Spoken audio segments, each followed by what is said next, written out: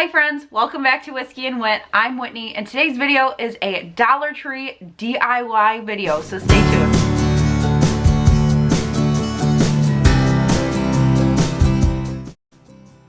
First up is this adorable lavender wreath. I'm using it around a candle, but keep in mind you could use this technique to make a larger wreath or a more full wreath. What you're going to need for this is some lavender from the Dollar Tree, as well as a small wreath form and some floral wire. Step one is to take some wire cutters. These are tin snips, whatever works. Just don't use scissors because you'll ruin them, and cut apart your sprigs of lavender. So I ended up cutting up 5 different pieces just so I had a lot of different options to choose from. Then you're going to take 4 of the individual pieces and arrange them at an angle so it's a full stem. And then I took some floral tape and just wrapped them around the bottom just so it kind of blended in with the sprigs, but then that way it would hold it together. You can get this anywhere really, but the Dollar Tree has it as well. Once you have 6 of those bundles, you're going to want to arrange them around the wreath. Now, like I said, you could do way more than 6 if you want it more full. You're going to need more than 6 if you're using a large Dollar Tree wreath form. Once you decide how many you want and you've got those all made, then just take some floral wire, which you can also grab at the Dollar Tree, and hook the pieces around the wreath form. Don't worry if the tails stick out farther than you want them to, you can trim them at the end. Hook the flowers down with the floral wire, and then I used some extra pieces just to make sure that everything was laying in the shape and order that I wanted it.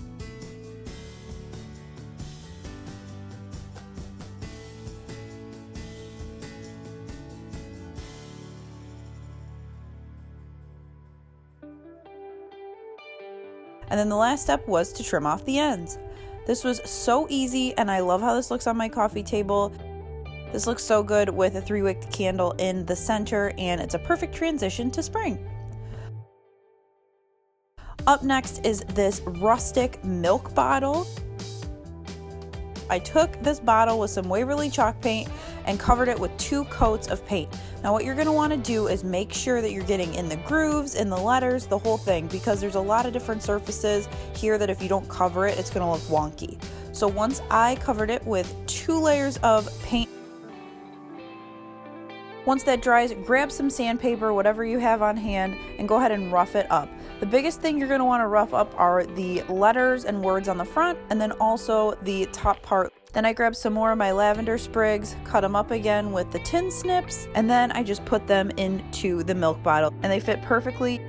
I finished off the look with some Dollar Tree jute twine. I wrapped it around a bunch of times and then tied it in a double knot. You could definitely tie this in a bow, but I just tied a quick double knot and then trimmed the ends so that they were even. And there you have it. It is such a cute and simple DIY. This would be great for a 3-tier tray, and it is so stinking easy. Up next are these rustic wood signs. First step to create these is to remove the bottom from the Work That Crown sign, and then you're also going to remove the stickers from the back. And then you're going to take a little bit of sandpaper and sand the glitter off of the Work That Crown. Then I grabbed one of these tower games, and you want to make sure that you get all of the ones that are just the unfinished wood instead of the ones that also have some brown to them. I laid them out, and it's 4 on each side and then about 3 and a little over a half on the top and bottom. So I measured there where I was going to need to cut the wood.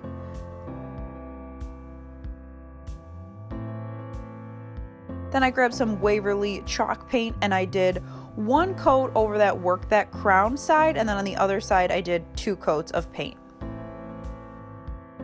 Now while that's drying, you're going to want to take a hacksaw or some sort of cutting device to cut down that piece of your trim.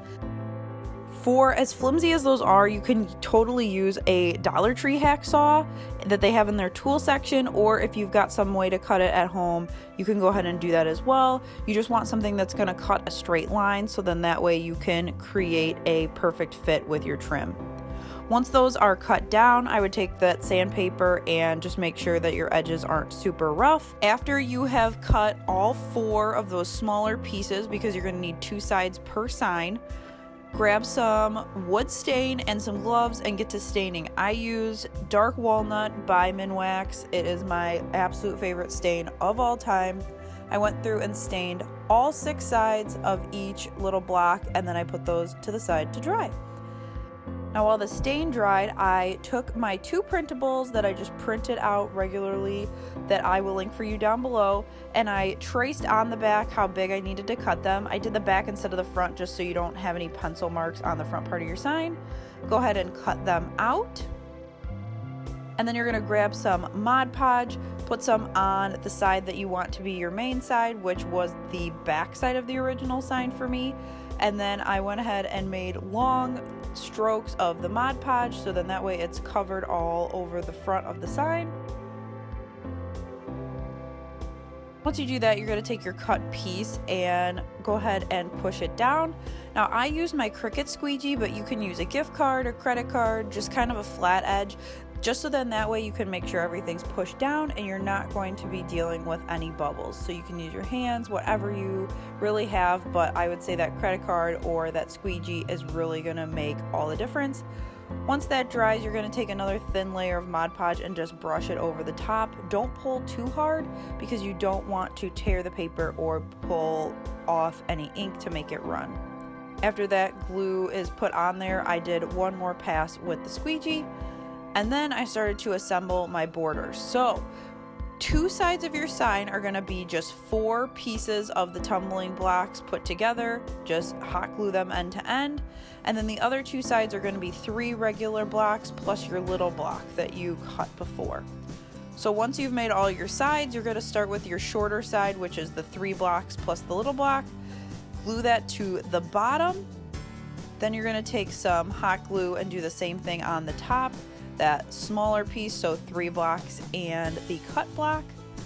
Make sure you hold those pretty tight. Once those are ready to go, you're gonna put glue on both ends and then also along that one side.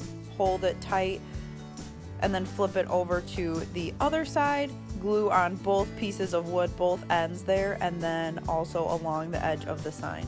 And there you have it. It's totally optional, but you could add some sort of hanging fixture to the back of this, but I plan on using them on my floating shelves in my living room, so I don't need any type of hanging. They sit up just on their own. What I love so much about these DIYs is that they are so timely and they will work so well in your home decor now. But you could even have these switch out the florals. You could be doing this for the summertime, also Christmas time. So these are concepts that you can definitely use with whatever you can find at the Dollar Tree. Be sure to give this video a thumbs up if you like doing Dollar Tree DIYs with me, and also hit subscribe down below so you don't miss any of my future videos. Thank you so much for watching, and I will see you guys in my next video. Bye!